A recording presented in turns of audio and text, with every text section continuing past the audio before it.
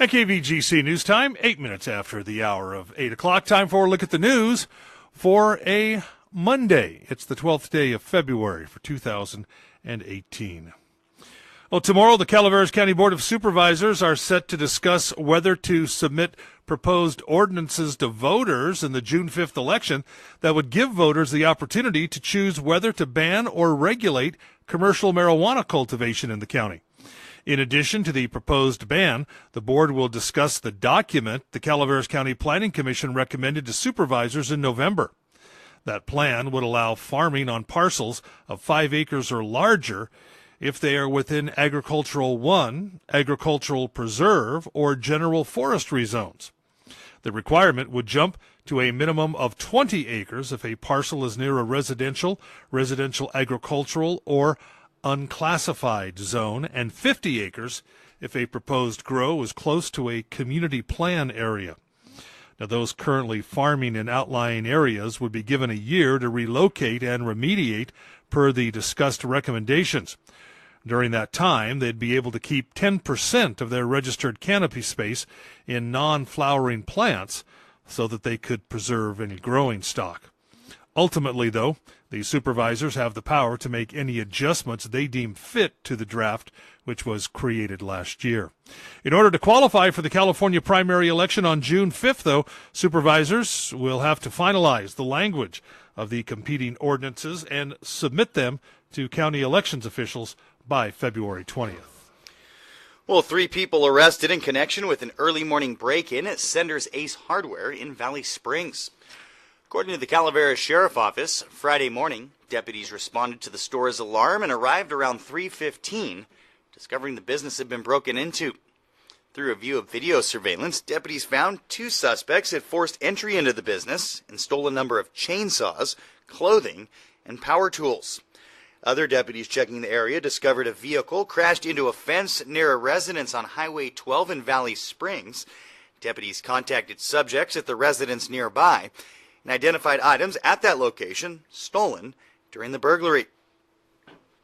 Joshua Hawkins of Valley Springs was arrested for several outstanding warrants. Jamie Smith of Valley Springs arrested for being under the influence of a controlled substance and child endangerment. A third subject, Philip Schmidt of Waterford, arrested for possessing methamphetamine and possession of stolen property after items from the burglary were found in the crashed vehicle Schmidt was associated with. Deputies recovered about $4,500 worth of chainsaws, clothing, and power tools. This is an ongoing investigation. Anyone with info regarding the burglary should call the Sheriff Dispatch at 754-6500 or the anonymous tip line at 754-6030. And February is American Heart Month, and Seroptimus International of Calaveras County and Mark Twain Medical Center have teamed up to offer free cholesterol tests for women in Calaveras County. Known as a lipid panel, the test measures good and bad cholesterol and triglycerides, which are helpful in identifying women at greater risk of heart disease and stroke. The free tests are offered during the month through the Take It to Heart program. Those wishing to take advantage of the free testing are recommended to fast for 12 hours or at least have no food after midnight. Proof of Calaveras County residency is required, but no appointment is needed, as women can just walk in to the Mark Twain Medical Center laboratory or any of the medical centers. Now, screening vouchers can also be found at those locations, although it is best that you just drop in. For more information regarding the tests, call the laboratory at 754-2583. Well, now that IRS scams are in full swing due to tax time, CHP is warning of another swindle hitting the motherlode, with callers pretending to be from law enforcement. Officials from the San Andreas CHP unit report that one of their officers received a phone call last week with a recorded message alleging serious criminal charges were pending against the officer, and he must call them back to clear the charges.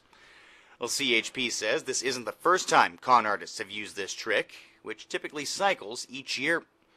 CHP wants to remind the public this is a scam. Law enforcement never call people demanding money. They stress never give out any information, but add the best advice, don't call back. In this instance, the number was from Kansas with a 913 area code, as these scammers usually target both young and old, The CHP asked people make sure to pass the word about the scam. You okay there, buddy? I am not. Okay. The Ione Police Department is currently looking for volunteers to join its volunteer patrol program. The purpose of the volunteer patrol program is to supplement the efforts of paid staff by performing duties that do not require sworn police officers. Volunteer patrol officers do not possess any law enforcement powers and are not police officers. Applicants must live or work within the Ione area, be at least 18 years of age or older, and have not been convicted of a major criminal offense. You also need to be able to pass a background check and attend the Ione Citizen Public Academy. That's the Ione Citizen Police Academy, rather. The Ione Citizen Police Academy is a no-cost 8-week program designed to give citizens an overview of the criminal justice system.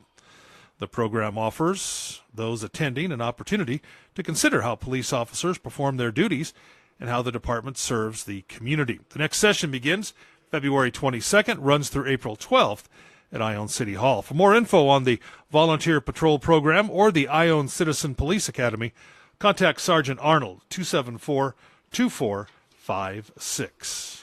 Well, you can give the gift of life today during the Ione Community Blood Drive. The blood drive runs today from 1:30 to 5:30 at Evelyn Bishop Hall in Ione. Donating blood is safe, easy, and takes only about an hour.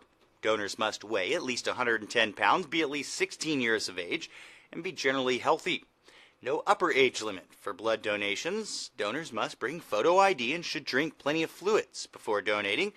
Participants also receive a free t-shirt. For more information about the Ione Community Blood Drive, contact Christy Roots at 274-4543. And today's blood drive is sponsored by Christy Roots Insurance.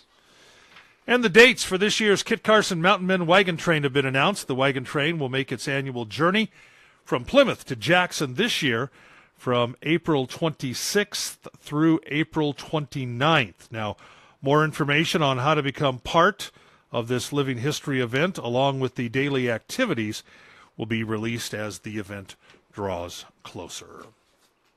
And that's a quick look at local news on a Gold Country Monday morning. From the KVGC News Center, I'm JD. and I'm Jim Geedy reporting.